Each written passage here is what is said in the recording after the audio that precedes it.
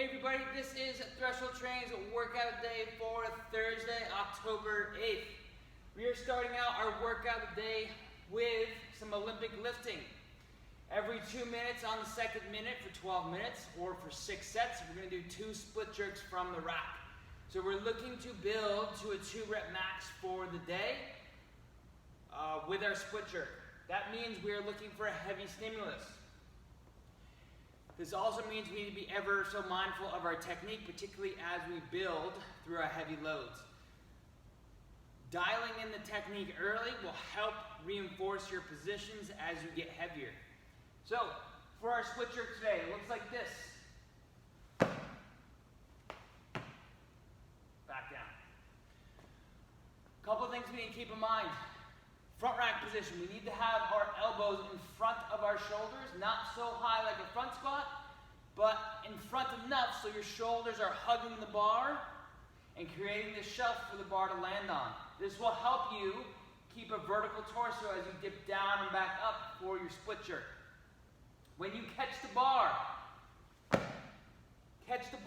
by moving both your feet one forward and one backward at the same time, so you are pushing yourself underneath the bar and catching it in a locked out position. Notice that my rear leg, my knee, is slightly behind my hip, if not underneath. I'm on my back toe is turned forward.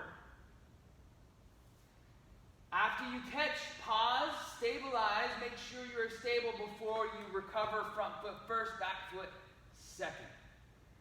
Then, lower the bar down, catch the bar as if you're about to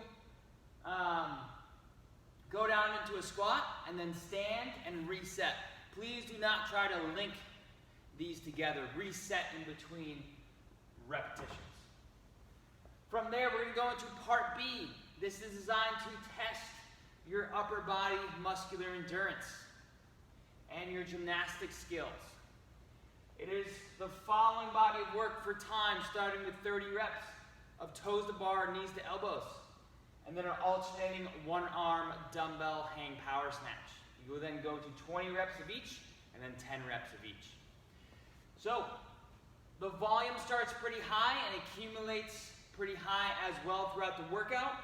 Be sure that you are breaking things up early before you need to. Oftentimes, we'll feel good with our toes to bar. We'll go out with 15 to 25 reps or so, and we'll maybe even get close to failure.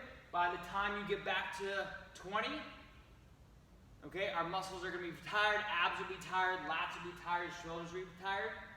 So knowing that up front, break up the 30 reps into manageable sets, maybe 5 sets of 6, so that you can preserve your technique as you get further into the workout.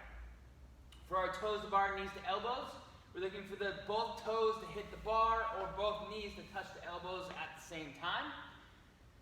Be sure that you're pushing down on the bar and in on the bar to help your toes come towards the bar because your body is getting behind the squat rack. For the alternating dumbbell hang power snatch, this is a little different than going from the floor because you're not going to have the same amount of deceleration or time for acceleration up off the floor. Dumbbell will start in the hang position. I will bend at the hips and the knees. I will launch up. I can dip back under, or I can just stand tall.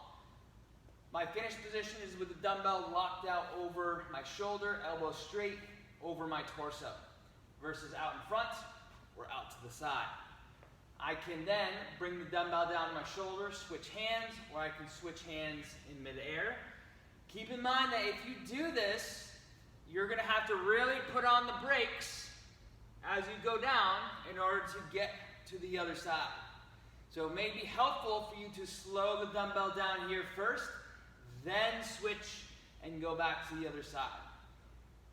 This will prevent excessive strain on the back hamstrings posterior chain by going here to there versus just to there, because the dumbbell will have to be stopped in midair versus slowed down all the way to the floor. So you're going to have to use more force to resist the downward pull of the dumbbell and change direction. So keep that in mind.